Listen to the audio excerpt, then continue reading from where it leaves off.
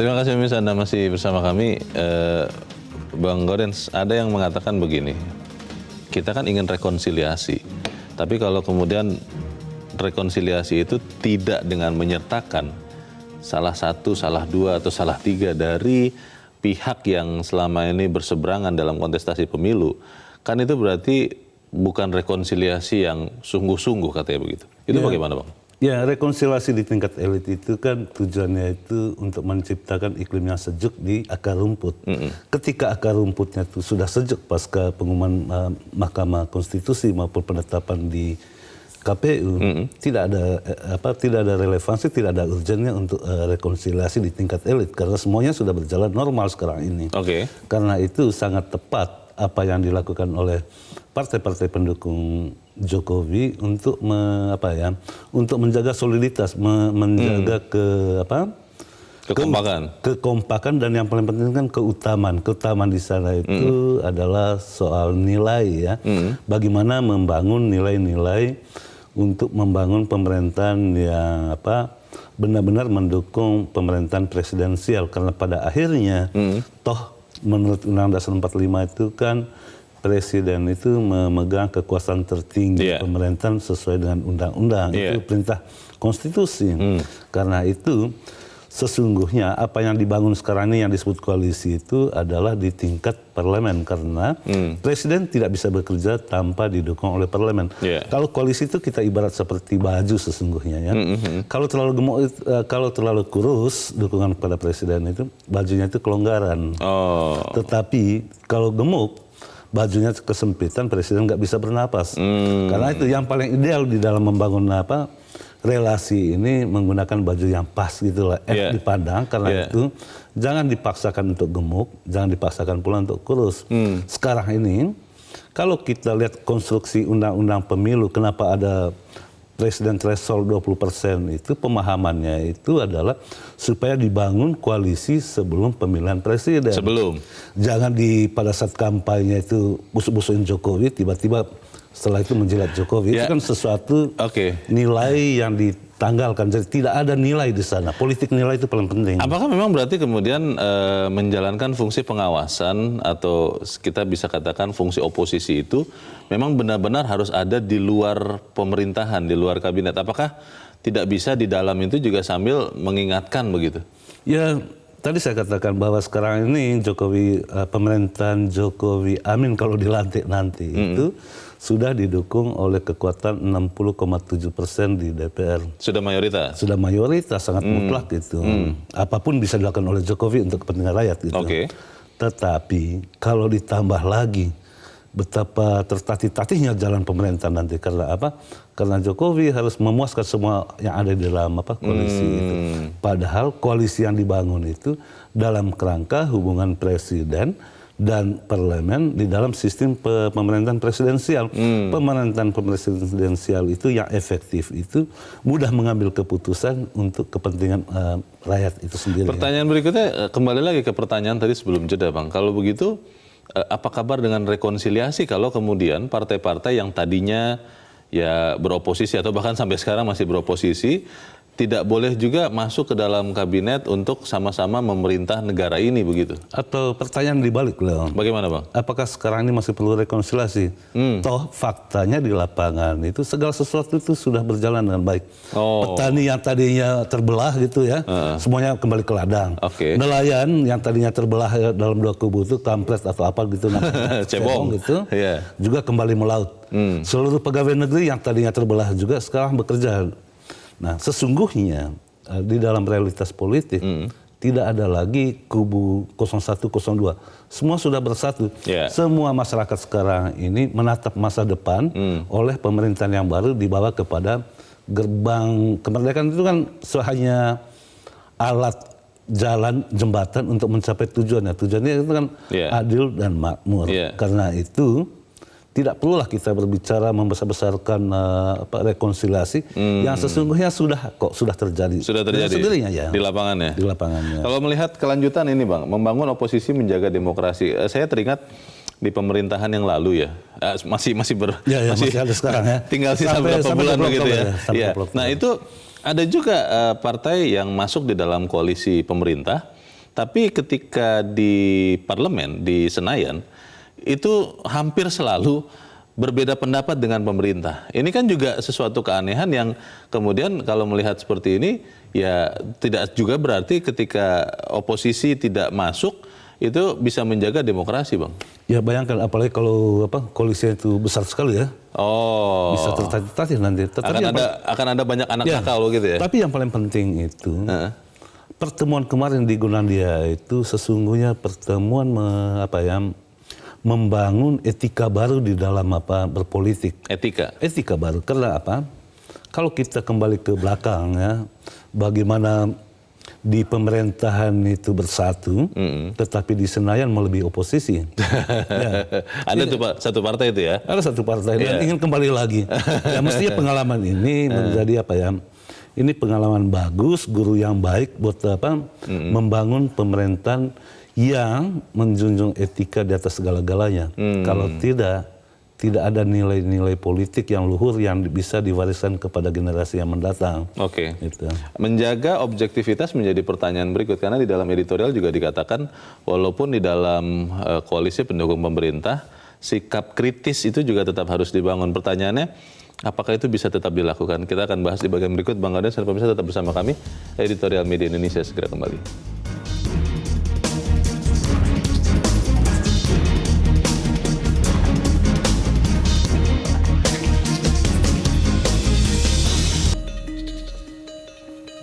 Terima kasih pemirsa, Anda masih bersama kami, Bang Gaudens. Sebelum kita melanjutkan diskusi kita coba mendengarkan dulu pendapat dari masyarakat tentang bagaimana membangun oposisi dan menjaga demokrasi. Kita sudah terhubung dengan pemirsa Metro TV di Cirebon, Jawa Barat. Ada Pak Sunoto. Pak Sunoto, selamat pagi Pak. Selamat pagi Leo dan Bang Gaudens. Selamat pagi Pak Sunoto. Silakan Pak, pendapat Anda Pak. Jadi yang pertama, oposisi itu bukan hanya sekedar menjaga demokrasi, tetapi oposisi sendiri adalah merupakan produk demokrasi dan memang diperlukan oleh demokrasi itu sendiri. Yang kedua, oposisi sangat mulia selama oposisi itu lahir dari pemikiran-pemikiran ideologi yang sejati, tapi bukan dari rasa benci dan sakit hati. Karena apa? Lihat Leo dan Gaudens, tunjukin ke saya satu aspek aja di negeri ini yang sudah beres pengelolaannya. Kesehatan, pendidikan, dan lain-lain. Ya kan, oleh karena itu oposisi sangat diperlukan.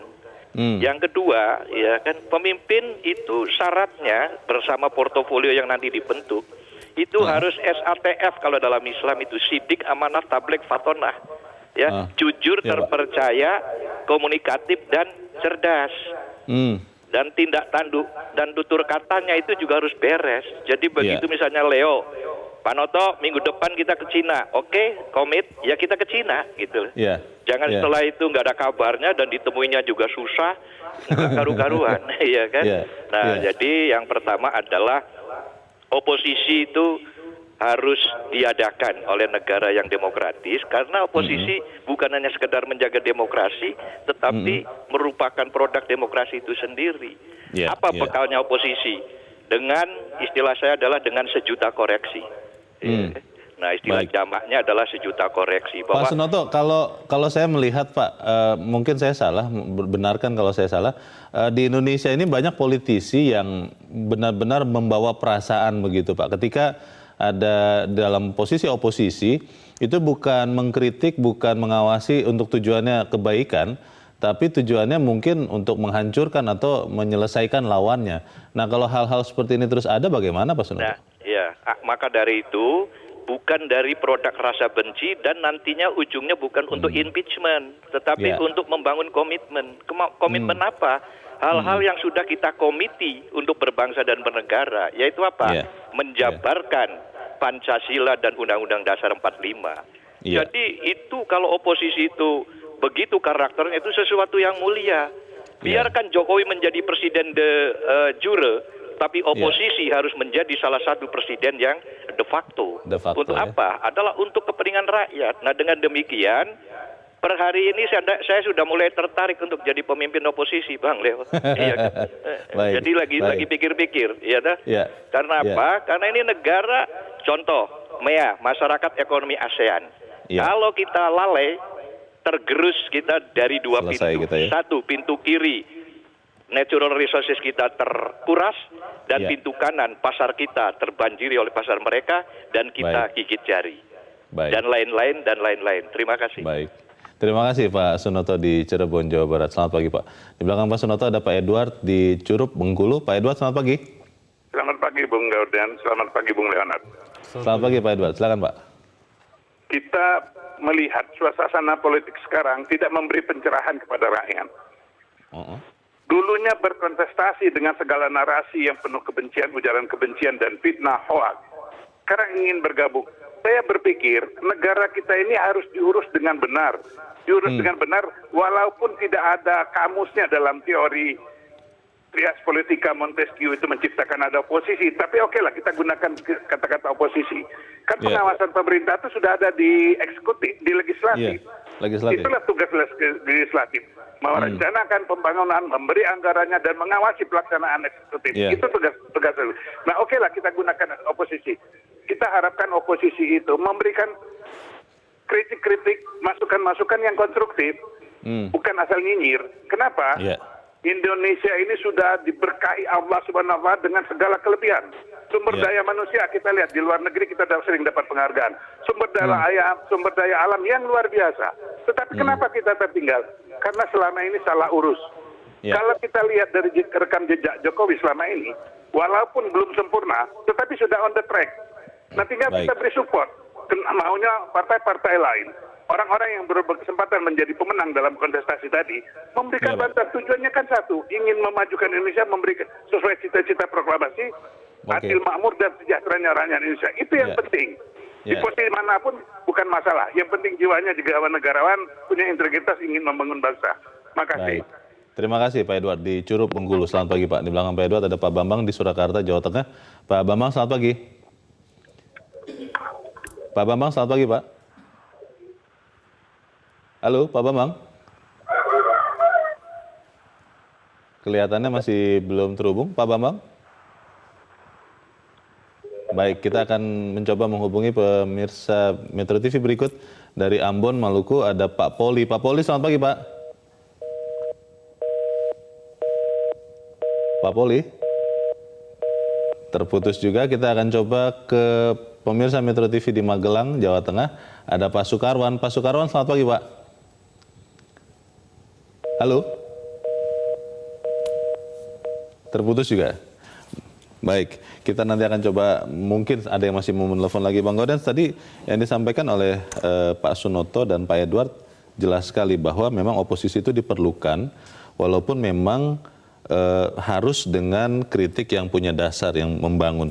Tapi pertanyaannya Bang, realita politisi kita, apa bisa melakukan itu? Ya, kebanyakan politisi kita itu, maaf kata ya, petualang ya, para petualang. Tadi dikatakan juga oleh Pak Sunoto, pada saat Pilpres itu bagaimana aura kebencian itu digembar-gemborkan di ruang publik. Jokowi tidak pantas untuk menjadi presiden dengan segala litani keburukannya disampaikan walaupun tidak berdasarkan fakta ya, hanya berdasarkan asumsi dan dugaan. Hoax ya. Tetapi ketika Jokowi menang, semuanya ingin bergabung. Padahal seperti kata Pak Sunoto tadi, oposisi itu adalah produk demokrasi itu sendiri. Dan bangsa ini secara penuh kesadaran membangun sistem yang memungkinkan oposisi itu ada. Itulah manfaatnya kegunaan dari presiden threshold 20% itu. Kalau tidak ada presiden threshold 20%, tentu tidak ada pengelompokan partai politik yang memang presiden. Memang akan menjadi aneh begitu ya, ketika di masa lalu sama sekali tidak ada yang baik, tapi sekarang jadi semuanya baik. Tapi sebelum kita lanjutkan, kita akan coba dengarkan lagi pendapat dari Pak Poli di Ambon, Maluku. Pak Poli, selamat pagi Pak. Pagi Bang Leo. Selamat pagi Pak Poli. Pagi Bang Leo, pagi Bang Gaudens, pagi Indonesia. Selamat pagi. Ya, silakan Pak Poli. Saya sudah sering mengatakan dan dalam dialog dengan Metro TV bahwa demokrasi ini kan dibangun oleh rakyat. Ya, pemerintahan yang dibangun oleh rakyat. Kita sudah lewati itu Bang Leo, 17 April kemarin. Nah, sekarang kalau membangun koalisi, itu berarti bangun oposisi juga harus ada. Walaupun tidak tertera dalam Undang-Undang Dasar 45. Tetapi saya mau mengatakan begini, kalau pemerintahan yang dikuasai 67% di parlemen tanpa hadirnya oposisi, maka tidak mungkin pemerintahan ini akan berjalan efektif. Kalau tidak ada kontrol dari pemerintah seperti disampaikan oleh Pak Sunoto tadi. Saya mau mengatakan juga bahwa pemerintahan ini harus ada oposisi, Bang Leo, sudah saya katakan. Kenapa? Kalau ada kritikan-kritikan yang bersifat membangun tidak diantisipasi oleh pemerintah, maka terjadilah diskomunikasi, Bang Leo. Oleh sebab itu 39% parlemen yang dikuasai oleh Prabowo bukan berarti bahwa mereka tidak berbicara. Harusnya 67% juga harus masuk di situ, Bang Leo. Supaya kalau kebijakan pemerintah tidak mendukung aspirasi masyarakat, maka disitulah parlemen berbicara tentang oposisi. Baik. Terima kasih Pak Poli di Ambon, Maluku. Selamat pagi Pak. Kalau melihat ini Bang Godin, pertanyaannya kembali lagi. Apakah memang benar kalau partai-partai yang selama ini bersikap berbeda dengan koalisi pendukung Jokowi Maruf Amin ada di luar kabinet, benar-benar menjadi oposisi, mereka akan bisa menjadi oposisi yang tadi diharapkan para pemirsa, Pak Sunoto, Pak Edward, yang konstruktif, bukan hanya sekedar nyinyir, bukan hanya sekedar dalam tanda petik menghancurkan. Ya, kalau kita lihat dari sejarah ya, oposisi sebetulnya jalan tol menuju meraih kekuasaan. Kita lihat misalnya bagaimana PDIP hampir 10 tahun ya berada di luar pemerintahan, pada akhirnya menjadi pemenang di dalam pemilu. Bahkan sejarah mencatat 2 kali PDIP menjadi pemenang dalam pemilu. Begitu juga misalnya Gerindra, ketika dia berada di luar pemerintahan, suaranya naik signifikan menjadi nomor 2 sekarang. Itu artinya bagi rakyat sesungguhnya bukan soal berada dalam pemerintahan atau di luar pemerintahan, tetapi bagaimana partai politik yang mestinya nawaiitunya bertujuan untuk menyalurkan aspirasi masyarakat itu yang penting. Ketika PDIP di dalam memerintah, menjadi partai pemerintah, tetapi tidak dekat dengan rakyat, pada saat itu dia jatuh menjadi urutan nomor 3 di dalam pemilu. Oke, kita akan coba dengarkan lagi satu orang pemirsa lagi nih, Bang Godin. Ada Pak Sukarwan di Magelang, Jawa Tengah. Pak Sukarwan, selamat pagi. Selamat pagi Metro TV. Selamat pagi Pak Sukarwan. Silakan Pak. Begini ya, kalau harusnya Partai Gerindra terutama itu tetap menjadi oposisi, Gerindra dan kawan-kawan. Karena apa? Demokrasi yang bagus harus diimbangi oposisi yang bagus pula. Apalagi mengingat Pak Jokowi ini sekarang kan mau periode yang kedua. Kalau nanti semua gabung tidak ada oposisi, ya secara tidak langsung lambat laun nanti ada unsur-unsur otoriternya lah. Kecenderungannya begitu ya Pak Sukarwan ya? Ya pasti, karena memang tidak menutup kemungkinan, karena kalau orang baik, Pak Jokowi itu kan baik, semua terbukti, semua mau gabung, tadinya jelek-jelekan lah, sekarang mau gabung. Gimana sih kalau mau tetap oposisi ya oposisi yang konstruktif, tidak oposisi balas dendam, tidak oposisi yang menghancurkan, tidak. Harusnya tetap bertahan prinsip lah. Oke, baik. Ya, itu prinsipnya harus begitu ya Pak Sukarwan. Terima kasih Pak sudah berpendapat dari Magelang, Jawa Tengah. Selamat pagi. Kita akan lanjutkan diskusi, tapi kita harus jeda lagi. Bang Godin, tetap bersama kami. Editorial Media Indonesia segera kembali.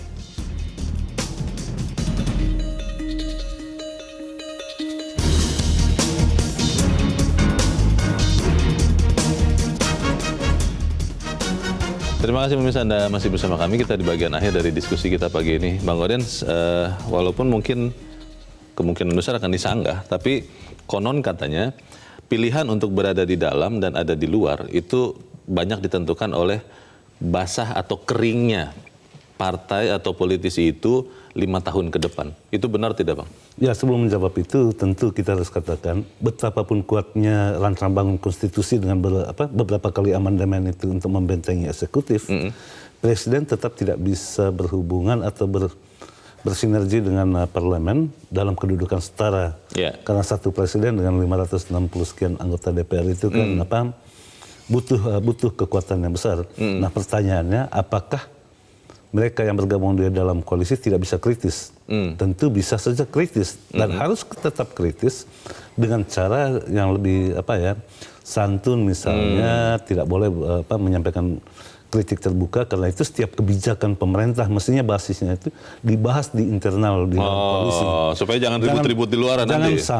Jangan sampai kebijakan itu terkaget-kaget setelah diumumkan kepada publik, tapi tidak pernah dibahas di dalam internal koalisi. Jadi di dalam koalisi tetap boleh kritis ya, bisa boleh kritis juga. Ya, dan harus kritis. Tinggal cara penyampaiannya. Sehingga kebijakan yang keluar itu benar-benar kebijakan yang pro rakyat. Terkait pertanyaan saya tadi, apakah benar itu? Nah, kemudian apakah oposisi tidak bisa mencari jalan menuju kekuasaan? Kalau kita lihat memang ada partai yang mengatakan capek juga menjadi oposisi karena kantong kering. Tetapi kita ketahui bahwa di dalam politik praktis itu segala sesuatu itu bisa didiskusikan, bahkan bisa dikompromikan. Di dalam relasi eksekutif dan legislatif banyak sekali kebijakan-kebijakan pemerintah yang disandra di Senayan sana untuk mencapai kompromi-kompromi. Nah, politik itu pada hakikatnya kompromi dan saling mempengaruhi. Karena itu jadilah oposisi yang elegan, karena memang konstruksi undang-undang pemilu kita itu menuju, walaupun tidak diakui ada oposisi di dalam sistem pemerintahan presidensial, tetapi secara sadar penyusun undang-undang itu membuat hal seperti itu. Fungsinya ya. Harus ada oposisi. Oposisi itu dibangun sebelum pilpres itu berlangsung. Karena itu pada saat kampanye itu baik lawan maupun kawan itu bersuara lantang, bahkan mengkritik dan segala-galanya itu sampai kepada hoax dan ujaran kebencian. Tetapi kok ujung-ujungnya itu mau bergabung, itu artinya politik tanpa prinsip. Ini persoalan besar di Republik ini ketika para politisi itu menanggalkan seluruh etika, menanggalkan seluruh keutamaan dalam berpolitik itu. Pada saat itulah bangsa ini tidak mendapatkan apa-apa. Kalau kita melihat prosesnya sekarang, ini kan sudah cukup ramai ya, baik dari dalam maupun dari luar begitu, soal apakah oposisi boleh masuk, sebaiknya tidak, tapi untuk membangun bangsa kata oposisinya. Kalau melihat perkembangan ini, apakah kemudian Presiden Joko Widodo nanti di bulan Oktober setelah terpilih, setelah dilantik, itu akan menjaga tetap ada oposisi yang tidak diajak masuk ke dalam? Ya, salah satu tugas utama presiden itu adalah membangun demokrasi. Demokrasi itu memberi peluang yang sama untuk berada di dalam pemerintahan maupun berada di luar pemerintahan. Karena itu, menurut saya, kewajiban presiden itu adalah membangun oposisi yang sehat. Jangan semuanya ditarik di dalam koalisi, karena polisinya akan gemuk, dan itu yang memungkinkan presiden itu menjadi otoriter. Kita tahu di dalam sejarah Orde Baru bagaimana presiden itu menjadi otoriter ketika semua kekuatan politik itu ada di tangannya, menjadi core di Senayan itu ya. Kita sebutnya itu nyanyian core di Senayan. Kalau itu yang terjadi pada pemerintahan Jokowi, menurut saya itu sesuatu yang tidak diinginkan oleh masyarakat Indonesia. Kemunduran. Dan pembentuk undang-undang juga tidak menginginkan itu. Karena itu sebaiknya Jokowi jangan mengajak-ajak, mengiming-imingi oposisi pendukung Prabowo untuk bergabung di dalam dirinya, dan juga mantan partai-partai pendukung Prabowo itu jangan mengemis-ngemis kekuasaan. Berada di dalam kekuasaan sama mulianya dengan berada di luar kekuasaan. Itu politik yang ideal gitu ya. Baik, kita ikuti saja nanti perkembangannya. Semoga apa yang kita suarakan ini juga didengarkan, karena kita juga bagian dari rakyat begitu ya, Bang Gaudensi. Semoga itu yang terjadi. Bang Gaudensi Suhadi, terima kasih Bang sudah hadir di sini. Selamat pagi. Pemirsa, memperkuat soliditas koalisi yang ada saat ini akan lebih baik daripada disibukkan dengan urusan konsolidasi hadirnya penumpang baru dalam pemerintahan. Di sisi lain, hadirnya oposisi yang relatif solid sebagai penyeimbang koalisi merupakan keharusan untuk menjaga iklim demokrasi. Semoga demokrasi itu akan membuat kesejahteraan bagi kita. Saya Leonard Samosir, terima kasih. Selamat pagi.